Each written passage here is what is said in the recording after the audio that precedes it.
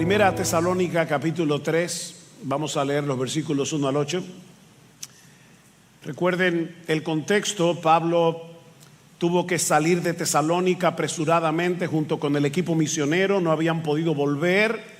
Y ahora Pablo dice: por lo cual, versículo 1, no pudiendo soportarlo más, pensamos que era mejor quedarnos solos en Atenas, y enviamos a Timoteo, nuestro hermano y colaborador de Dios en el Evangelio de Cristo, para fortaleceros y alentaros respecto a vuestra fe, a fin de que nadie se inquiete por causa de estas aflicciones, porque vosotros mismos sabéis que para esto hemos sido destinados. Porque en verdad, cuando estábamos con vosotros, os predecíamos que íbamos a sufrir aflicción, y así ha acontecido, como sabéis. Por eso también yo, cuando ya no pude soportar más, envié para informarme de vuestra fe, por temor a que el tentador os hubiera tentado y que nuestro trabajo resultara en vano. Pero ahora Timoteo ha regresado de vosotros a nosotros y nos ha traído buenas noticias de vuestra fe y amor, y de que siempre tenéis buen recuerdo de nosotros, añorando vernos como también nosotros a vosotros. Por eso, hermanos, en toda nuestra necesidad y aflicción fuimos consolados respecto a vosotros por medio de vuestra fe, porque ahora sí que vivimos si vosotros estáis firmes en el Señor. Este es un pasaje muy intenso, intensamente emocional.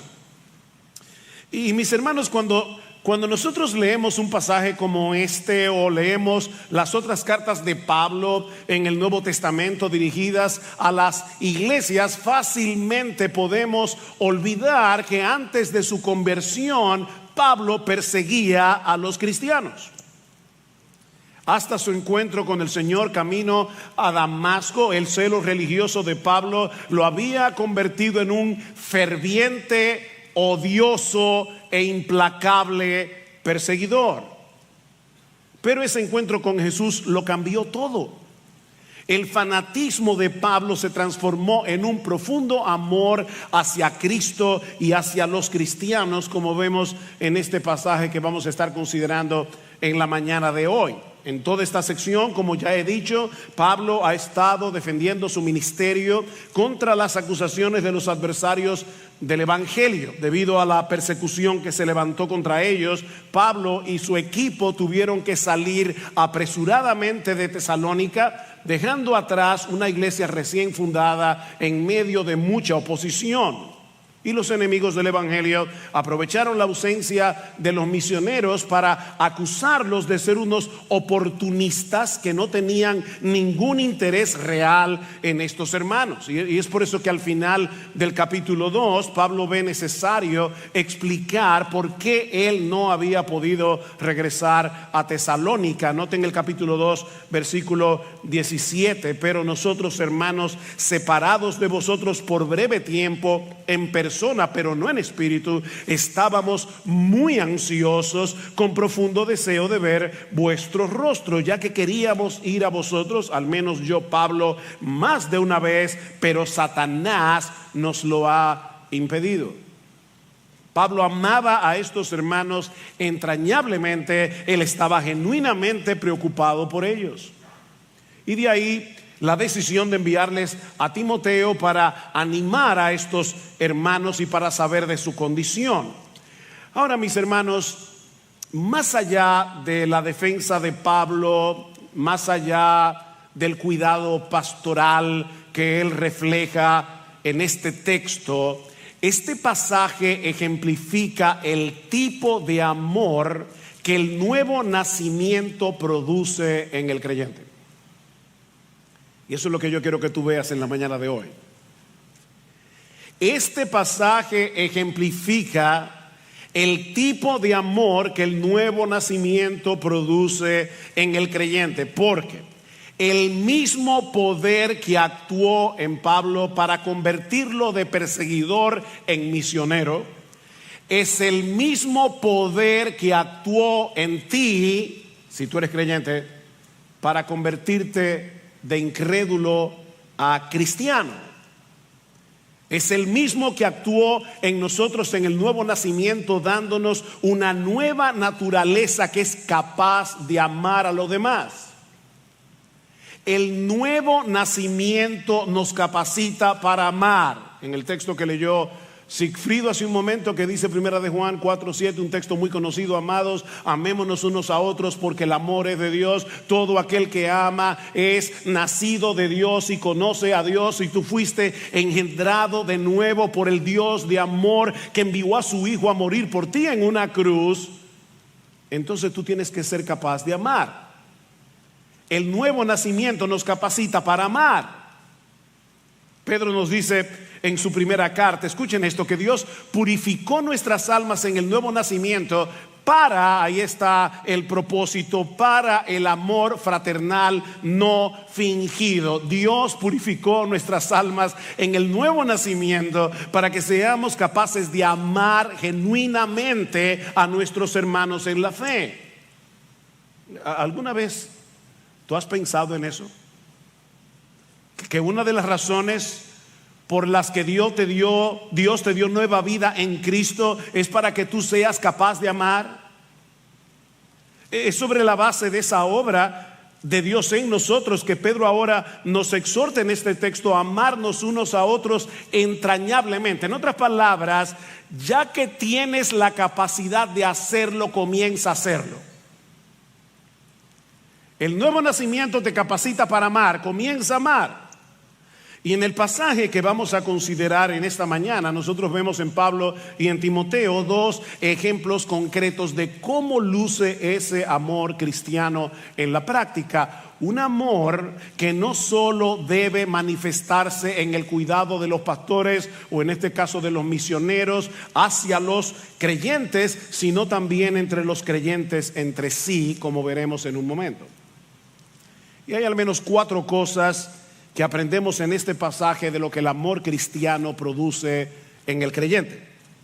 Y la primera es una preocupación genuina por el bienestar espiritual de nuestros hermanos en la fe. ¿Qué produce el amor? Una preocupación genuina por el bienestar espiritual de nuestros hermanos. Vean otra vez el versículo 1. Por lo cual, no pudiendo soportarlo más. Y luego en el versículo 5. Por eso también yo, cuando ya no pude soportarlo más. Pablo estaba angustiado por estos hermanos, temiendo que el diablo aprovechara la persecución para desanimarlos o incluso para llevar a algunos a renegar del cristianismo. Vean una vez más el versículo 5. Por eso también yo, cuando ya no pude soportar más, envié para informarme de vuestra fe, por temor a que el tentador os hubiera tentado y que nuestro trabajo resultara en vano. ¿Vieron eso, hermanos? Pablo temía por estos hermanos. Ahora, aquí es necesario aclarar que Pablo creía en la seguridad de salvación. Eso es importante. Yo no tengo el tiempo necesario para detenerme a demostrar ampliamente esta doctrina, pero al menos escuchen lo que el mismo Pablo dice al final de esta carta, en el capítulo 5, en el versículo 23. Dice: y el mismo Dios de paz os santifique por completo, y todo vuestro ser, espíritu, alma y cuerpo sea preservado irreprensible para la venida de nuestro Señor Jesucristo. Fiel es el que os llama, el cual también lo hará. Pablo creía en la seguridad de salvación. En Filipenses capítulo 1 versículo 6 dice Pablo que el que comenzó en nosotros la buena obra, él mismo la perfeccionará hasta el día de Jesucristo. Mis hermanos, ningún creyente verdadero se puede perder, porque es la justicia de Cristo la que nos absuelve en el tribunal de Dios, y porque el mismo Cristo nos tiene aferrados a Él de tal manera que nadie puede arrebatarnos de su mano. Juan 10:28. Ahora, hay 2 cosas que debemos tomar en cuenta al hablar del tema de la seguridad de salvación. Y es la razón por la que Pablo tiene este temor. La primera es que no todo el que dice ser cristiano realmente lo es. No todo el que dice ser realmente cristiano lo es. Mateo 7:21, un texto que todos ustedes conocen. En aquel día muchos me dirán: Señor, Señor, en tu nombre no echamos fuera demonios, no hicimos milagros, no profetizamos. Y entonces les declararé: yo nunca os conocí, apartaos de mí, hacedores de maldad. Noten, no era que eran creyentes y se apartaron, es que nunca fueron del Señor. Salieron de nosotros porque no eran de nosotros, porque si hubiesen sido de nosotros habrían permanecido con nosotros, pero salieron para que se manifestara que no todos son de nosotros. Así que los autores del Nuevo Testamento no asumen, no dan por sentado que todos los que profesan ser creyentes realmente lo son. Y es por eso que les advierten en sus cartas una y otra vez a tener cuidado con la apostasía. ¿Qué es la apostasía? Apartarte de la fe, negar al Señor en el que ahora tú dices creer.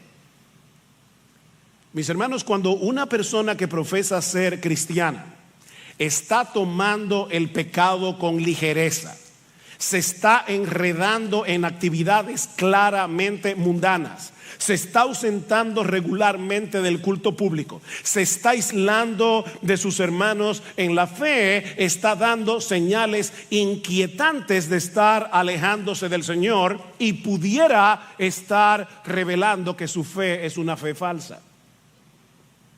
Eso es serio. Así que es Dios el que nos preserva hasta el fin, como dice Pablo en 1 Tesalónica: fiel es el que os llama, el cual también lo hará. Es Dios el que nos preserva hasta el fin. Pero la única forma de saber que Dios nos está preservando es si nosotros estamos perseverando. ¿Oíste eso? Mis hermanos, ¿quién es que da la fe? Es Dios que da la fe. No voy a citar la enorme cantidad de textos bíblicos que enseñan que es Dios que da la fe. Pero ¿quién es el que cree? Tú y yo. ¿Cómo yo sé que Dios te dio la fe? Porque has creído. ¿Cómo yo sé que Dios te dio el arrepentimiento? Porque te arrepentiste. ¿Cómo yo sé que Dios te está preservando? Porque estás perseverando. La preservación de Dios nos lleva a perseverar, de manera que la salvación es segura, absolutamente segura, completamente segura para el que la tiene. Por otra parte, la Biblia también nos enseña que Dios usa medios para preservar a los suyos, y uno de ellos es el cuidado mutuo de los creyentes. Es por eso que el autor de la carta a los Hebreos, una carta que trata ampliamente el tema de la apostasía, el autor exhorta a los miembros a que se cuiden entre sí. Mirad, hermanos, que no haya ninguno de vosotros corazón malo de incredulidad. Presten atención, hermanos, a los miembros de la iglesia, para que no haya entre ustedes ninguno que se aparte del Dios vivo. Antes, exhortaos los unos a los otros cada día, entre tanto que se dice hoy, es decir, cuando todavía hay esperanza, para que ninguno de vosotros se endurezca por el engaño del pecado. Dios usa esas exhortaciones a tiempo para proteger a los suyos de caer. Y por favor noten que los pastores no son los únicos que tienen la responsabilidad de velar por los demás. Mirad, hermanos. Allí no dice pastores. De hecho, más adelante en esta misma carta, en el capítulo 5, versículo 14, hay un texto similar, 1 Tesalónica 5:14. Y os exhortamos, hermanos, a que amonestéis a los indisciplinados, animéis a los desalentados, sostengáis a los débiles y seáis pacientes para con todos. Esa es una responsabilidad que tú y yo tenemos si somos creyentes. Así que, mis hermanos, Dios cuida a su pueblo por medio de su pueblo. Déjame hacerte una pregunta. Tú entiendes que es tu responsabilidad cuidar a tus hermanos en la fe. Tú estás consciente de que esa es tu responsabilidad. Te preocupas cuando ves que uno de tus hermanos no anda bien, porque ese es un aspecto esencial del amor cristiano. Gálatas 6, hermanos, otra vez, no dice pastores, hermanos, si alguno fuere sorprendido en alguna falta, vosotros que sois espirituales, es decir, ustedes que son creyentes, que han nacido de nuevo, restauradle con espíritu de mansedumbre. Es la voluntad de nuestro Señor que nos cuidemos mutuamente como miembros que somos de una misma familia. Pablo estaba realmente preocupado por estos creyentes, y lo mismo Timoteo. Y por eso tomaron la decisión de separarse en Atenas para que Timoteo fuera en ayuda de estos hermanos en Tesalónica, lo que nos lleva a la segunda enseñanza que podemos extraer de este pasaje, y es que el verdadero amor cristiano nos mueve a hacer todo lo que esté a nuestro alcance para cuidar de nuestros hermanos. Es un poco diferente al punto anterior. El punto anterior fue preocúpate. Pero no te quedes preocupándote. Haz algo. El verdadero amor cristiano nos mueve a hacer algo, lo que esté a nuestro alcance, para cuidar de nuestros hermanos. Versículo 1 y 2, otra vez, dice Pablo: por lo cual, no pudiendo soportarlo más, pensamos que era mejor quedarnos solos en Atenas. Y enviamos a Timoteo, nuestro hermano y colaborador de Dios en el Evangelio de Cristo, para fortalecerlos y alentarlos respecto a vuestra fe. Mis hermanos, el amor tiene un costo. No hay amor barato. El amor tuvo un costo para Dios. De tal manera amó Dios al mundo, Juan 3:16, que dio a su Hijo unigénito para que todo aquel que en él cree no se pierda, mas tenga vida eterna. Dios amó, Dios dio, y dio lo mejor que tenía, a su propio Hijo. Y algo interesante, curioso, un recurso mnemotécnico, es que Juan 3:16 nos habla del amor de Dios, y primera de Juan 3:16 nos habla del amor que nosotros deberíamos tener mutuamente por causa del amor de Dios. Juan 3:16, de tal manera amó Dios al mundo que dio a su Hijo unigénito. Primera de Juan 3:16, en esto hemos conocido el amor, en que Él puso su vida por nosotros. También nosotros debemos poner nuestras vidas por los hermanos. ¿Ven el punto? Somos los hijos amados de Dios, que ahora debemos andar en amor, y no debemos amar de palabras y de lengua, como dice Juan 2 versículos más abajo, sino de hecho y en verdad. Bueno, en el caso de Pablo, el costo fue quedarse solo en Atenas para que Timoteo fuera en ayuda de estos hermanos en Tesalónica. Ahora, puede ser que para algunos este desprendimiento no le parezca la gran cosa. Después de todo, ¿verdad? Pablo era lo suficientemente mayorcito como para quedarse solo en Atenas.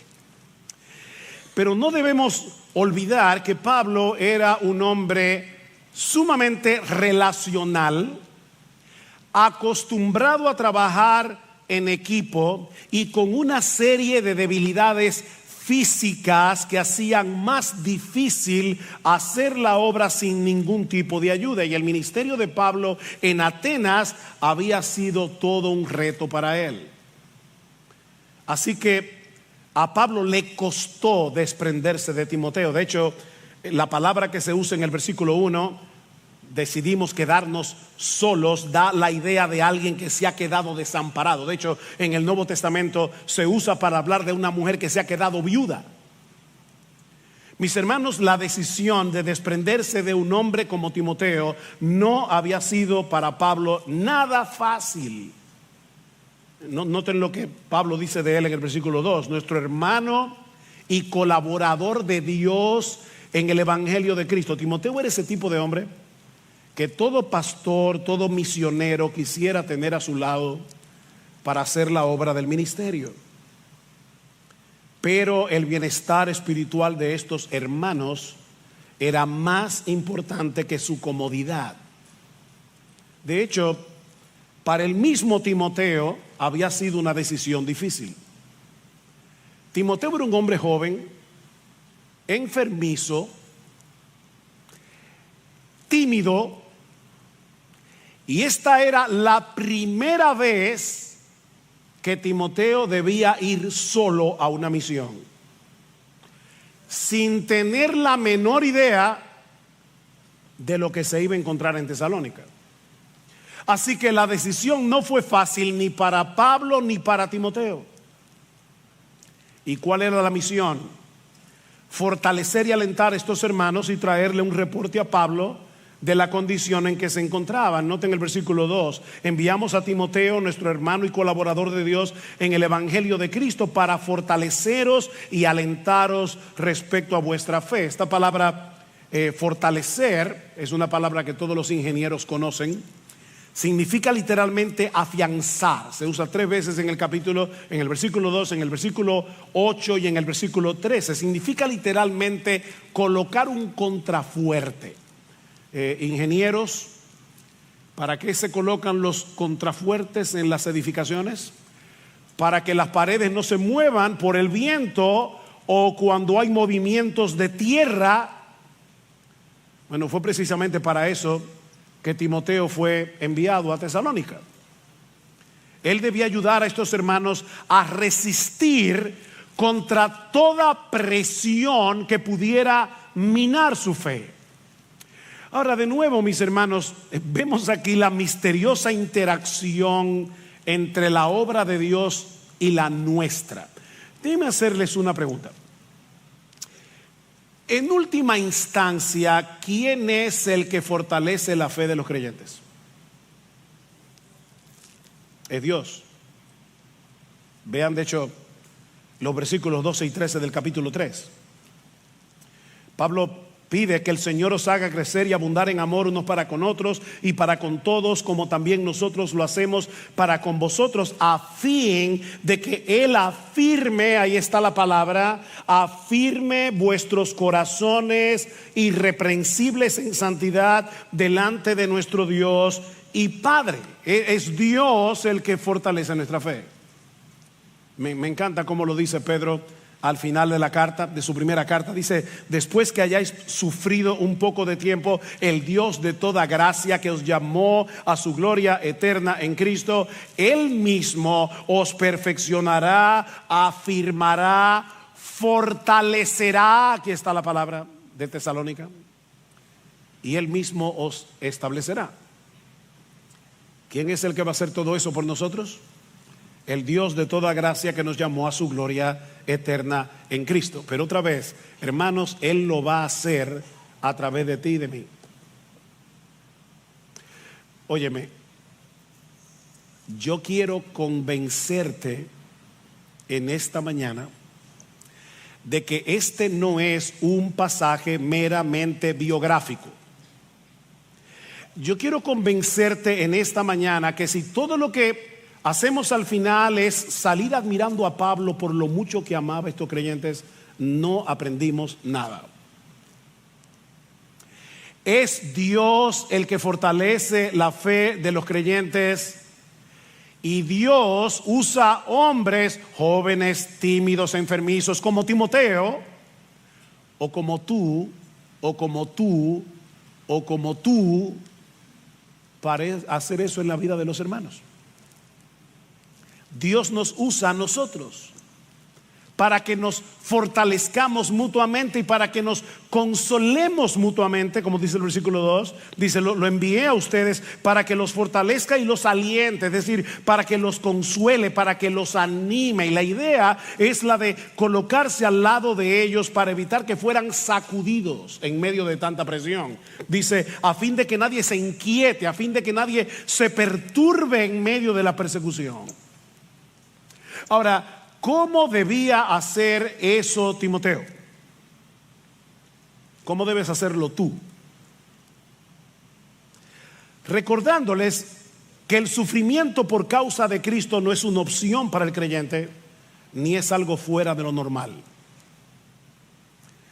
Timoteo debía fortalecer la fe de estos hermanos, animar a estos hermanos, consolar a estos hermanos, recordándoles que el sufrimiento no es una opción para el cristiano. El sufrimiento no es algo fuera de lo normal. Pablo quiere que Timoteo le recuerde a los tesalonicenses dos cosas: que la aflicción por la que estaban atravesando no era un accidente y que Pablo se los había advertido. Vean el versículo 3.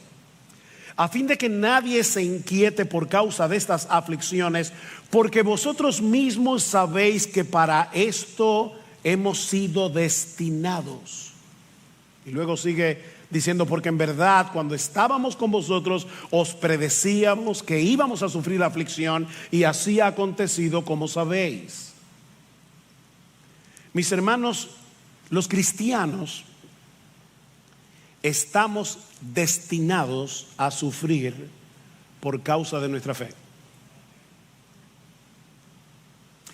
El sufrimiento es inevitable cuando nos identificamos con un Salvador que es aborrecido por el mundo y que es descrito en la Escritura como un varón de dolores, experimentado en quebrantos. Si el mundo os aborrece, dice Jesús, sabed que a mí me ha aborrecido antes que a vosotros. Si fuerais del mundo, el mundo amaría lo suyo, pero porque no sois del mundo, antes yo os elegí del mundo, por eso el mundo os aborrece. El siervo nunca será mayor que su Señor, dice Cristo. Si a mí me han perseguido, también a vosotros os perseguirán. El sufrimiento es inevitable para los seguidores de Jesús. Pablo dice a los filipenses en Filipenses 1:29 que a los cristianos se nos ha concedido, y esta palabra es interesante porque lo que significa literalmente es: a los cristianos se nos ha dado de gracia. Eso es lo que significa. Por amor a Cristo, no solo creer en Él, sino también sufrir por Él. ¿Oíste eso?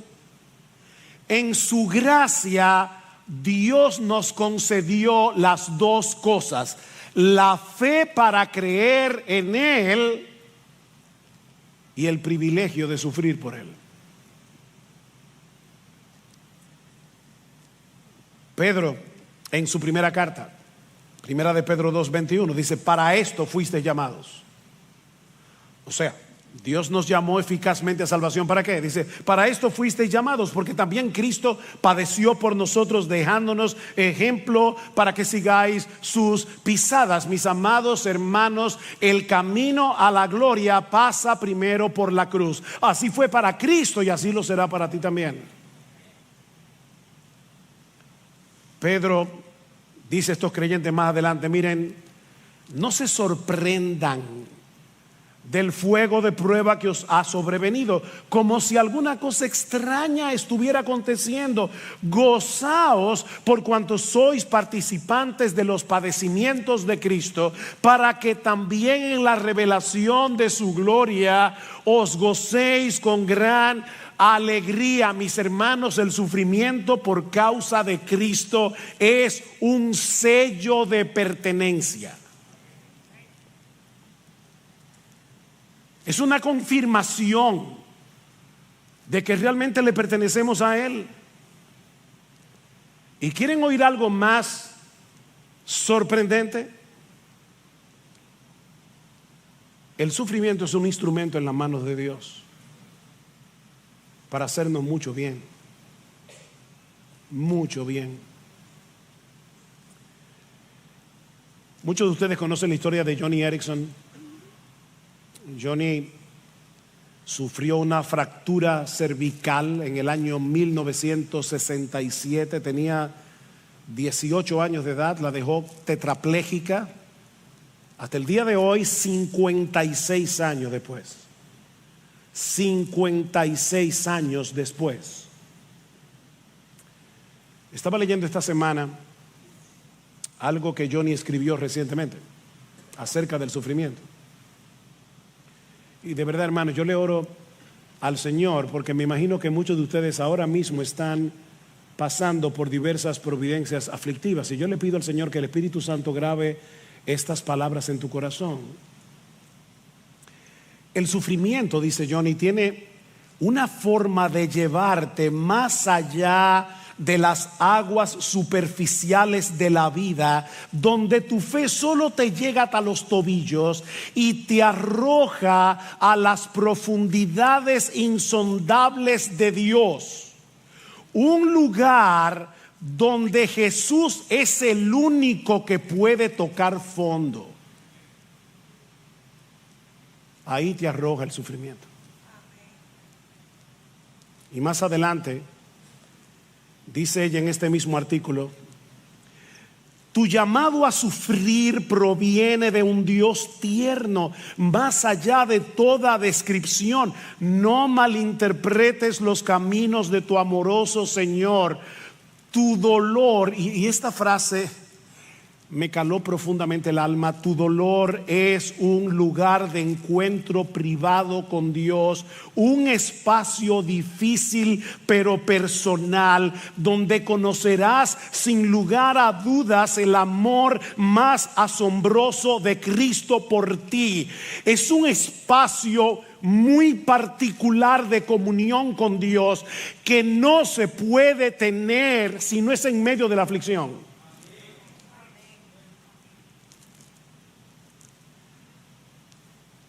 El sufrimiento, dice Johnny Erickson, une mi propio vacío con la plenitud de Dios. ¿Tú oyes eso? El sufrimiento une mi propio vacío con la plenitud de Dios, y yo no puedo imaginar una mejor bendición. Dios usa el sufrimiento para hacernos mucho bien. Fuimos destinados a sufrir. Es por medio del sufrimiento que somos transformados a la imagen del varón de dolores. Es por medio del sufrimiento que somos transformados a la imagen de Jesús. Es por medio del sufrimiento que aprendemos a identificarnos con la aflicción de otros. Es por medio del sufrimiento que reconocemos nuestra profunda necesidad de Dios. Y no sé cuántas cosas más.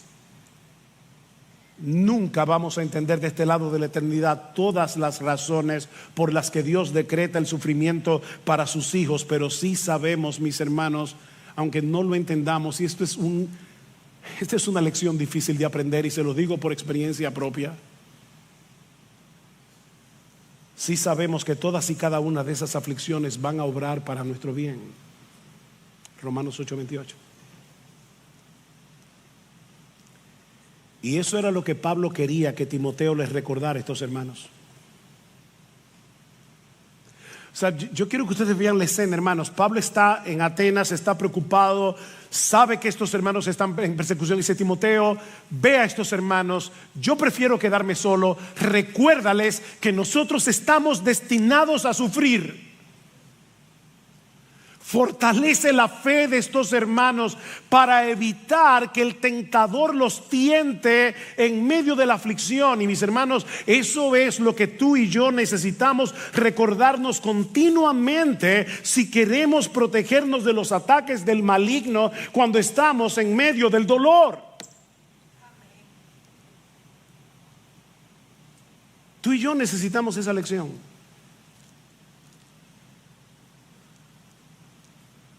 Miren, mis hermanos, y de nuevo se lo digo por experiencia propia, pocas cosas pueden ser más peligrosas que sufrir con una mala teología.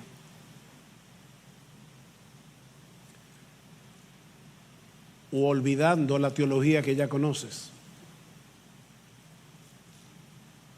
Porque se puede tener una mala teología y sufrir mal, y se puede tener una buena teología y olvidarla en medio del dolor. El sufrimiento es peligroso, hermanos, cuando se tiene una mala teología Es por eso que los pastores tenemos la responsabilidad de enseñar una correcta teología del sufrimiento. Si queremos pastorear apropiadamente a las ovejas que Cristo compró con su sangre, Pablo les dice en el versículo 4: en verdad, cuando estábamos con vosotros, os predecíamos que íbamos a sufrir aflicción. Íbamos todos. Pablo no está exento. El siervo de Dios, el apóstol de Dios, el misionero de Dios, íbamos a sufrir aflicción. Alguien decía que eso era parte del catecismo para nuevos creyentes en el siglo I. Tan pronto una persona se convertía, le mostraban el precio que iba a tener que pagar por ser un seguidor de Jesús. Dice en Hechos 14:21 que en el segundo viaje misionero, Pablo y Bernabé volvieron a Listra, a Iconio y Antioquía. Ellos habían fundado iglesias anteriormente. En el primer viaje, dice, confirmando los ánimos de los discípulos, exhortándoles a que permaneciesen en la fe. Noten la similitud con el pasaje de Tesalónica. Exhortándoles a que permaneciesen en la fe y diciéndoles: es necesario que a través de muchas tribulaciones entremos en el reino de Dios. Es necesario, esto no es opcional. Los cristianos necesitamos tener una buena teología del sufrimiento. Necesitamos aprender a sufrir bien y ayudar a otros a sufrir bien.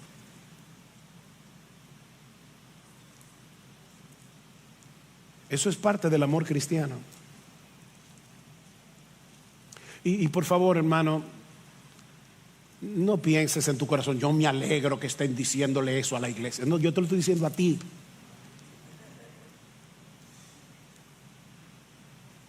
No pienses en el otro. Eres tú el que tiene esa responsabilidad.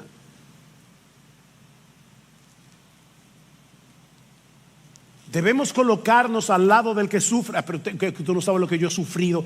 Pablo estaba sufriendo cuando envió a Timoteo. El sufrimiento no nos exime de amar. El sufrimiento no nos exime de ponernos al lado del que sufre y ayudarlo a sufrir bien.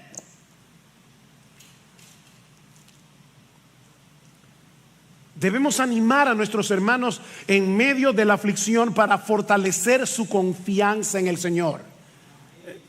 Mis hermanos, yo no sé si ustedes se dieron cuenta cuántas veces la palabra fe aparece en este pasaje. No le voy a leer los textos, pero cuando lleguen a su casa, Pablo en 1 Tesalónica capítulo 3 usa la palabra fe en el versículo 2, en el versículo 5, en el versículo 6, en el versículo 7, en el versículo 10. La fe es un elemento clave en este pasaje. Pablo está preocupado porque la aflicción ponga la fe a tambalear de estos hermanos.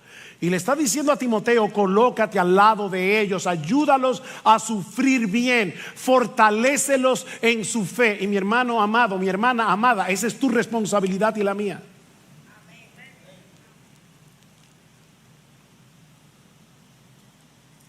Esa era la misión de Timoteo: instruir a estos hermanos, consolar a estos creyentes para que se mantengan firmes en su fe y para que se mantengan firmes en su amor. Vean el versículo 1 Tesalonicenses 4:18.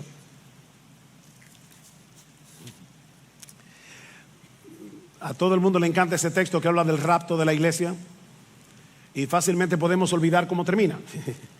Vamos a llegar ahí, no se preocupen, y vamos a hablar de qué significa ese texto. Pero Pablo dice: por lo tanto, confortaos unos a otros con estas palabras.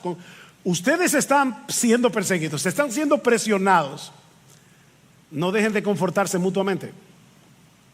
Capítulo 5, versículo 11. Por lo tanto, alentaos los unos a los otros y edificaos el uno al otro, tal como lo estáis haciendo. De hecho, una de las razones por la que nosotros venimos a la iglesia cada domingo, ¿saben para qué es? Es para poder ser mejor equipados con la predicación de la palabra, para ayudar al crecimiento del cuerpo.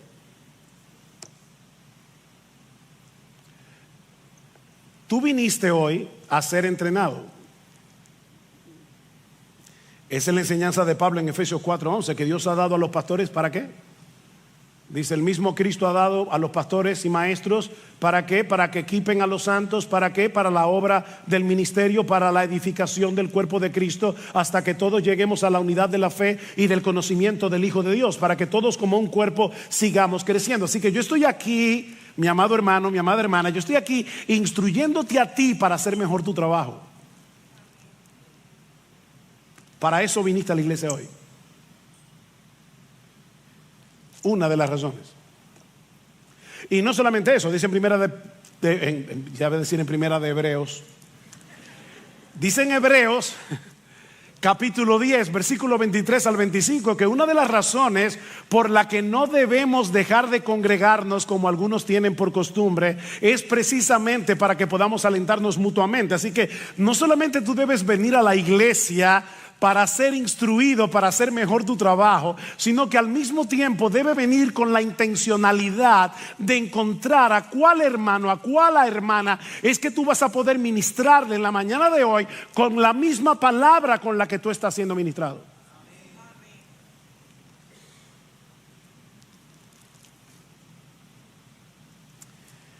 Pero hay un aspecto adicional que aprendemos de nuestro pasaje, más brevemente, acerca del verdadero amor cristiano en acción.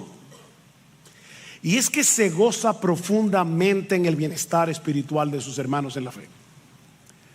Se goza profundamente. Cuando Timoteo regresó de su misión, Pablo ahora se encuentra en Corinto. Se había movido de Atenas a Corinto. Y en Corinto le estaba yendo bastante mal. Así que Pablo también le estaba sufriendo. Estaba sufriendo en Atenas, ahora está sufriendo en Corinto. Pero el reporte de Pablo reavivó a Pablo, de Timoteo, perdón, reavivó a Pablo. Versículo 6. Pero ahora Timoteo ha regresado de vosotros a nosotros y nos ha traído buenas noticias. ¿Saben cuál es la palabra que se usa allí? Es la palabra evangelizar. Es la única vez en todo el Nuevo Testamento que se usa la palabra evangelio o evangelizar que no esté relacionada con el evangelio de Cristo. El evangelio es una buena noticia. Pablo está diciendo, Timoteo me trajo un evangelio, me trajo la buena noticia de vuestra fe y amor, y de que siempre tenéis buenos recuerdos de nosotros, añorando vernos como también nosotros a vosotros. Por esto, hermanos, en toda nuestra necesidad y aflicción fuimos consolados respecto a vosotros por medio de vuestra fe, porque ahora sí que vivimos. ¿Ustedes oyeron eso? Ahora sí que vivimos si ustedes estáis firmes en el Señor.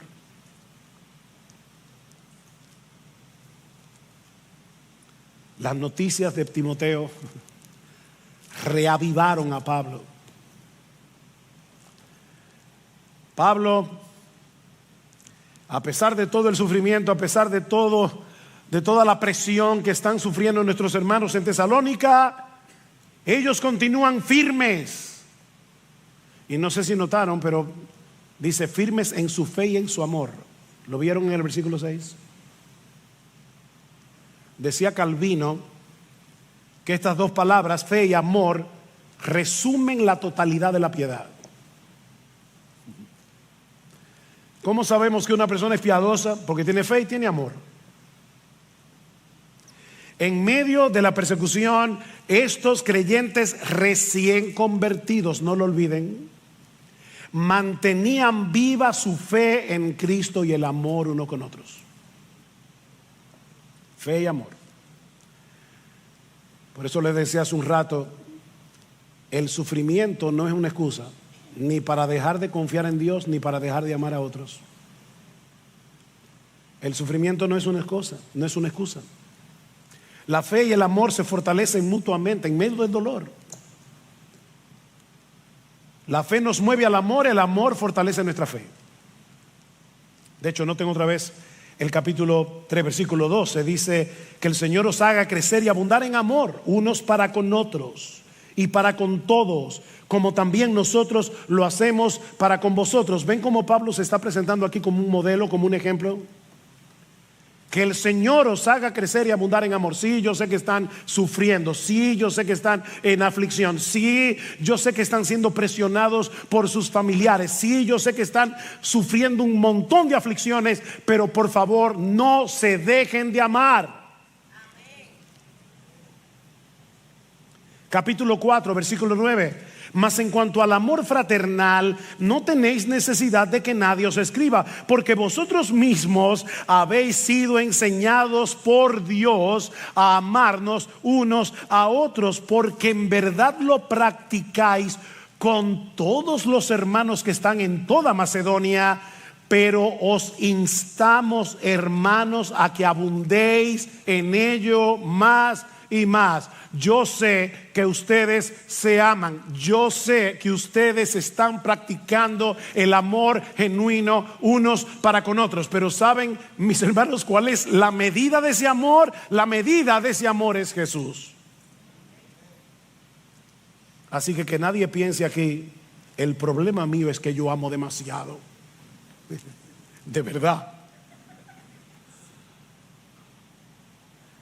No, aquí nadie ama demasiado. Aquí nadie ama demasiado, comenzando por este que está aquí. Nosotros somos demasiado individualistas. Vivimos en nuestro pequeño reino y estamos con nuestras propias preocupaciones, que no tenemos espacio para preocuparnos por otros.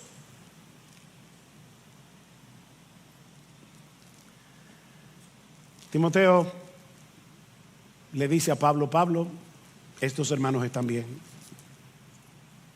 Están bien, mantienen la fe y el amor. Y no solo eso, nos recuerdan con cariño. Y alguien puede decir, ¿y eso qué importancia tiene? Hermanos, no olviden que a Pablo y a Timoteo y a Silas los estaban calumniando en Tesalónica, los enemigos del evangelio. Y ellos les están diciendo, Timoteo le está diciendo a Pablo: Pablo, estos hermanos, a pesar de las calumnias, mantienen intacto su amor por nosotros. ¿Y saben qué? Eso era en sí mismo una prueba adicional de que ellos estaban bien espiritualmente. Mira, y Dios sabe que estoy diciendo esto por amor a la iglesia, no sacando ventaja del texto. Llamo a Dios de testigo, pero es mi deber decirlo. Apreciar a los que cuidan de ti espiritualmente es una evidencia de salud espiritual. Es porque estás apreciando tu alma.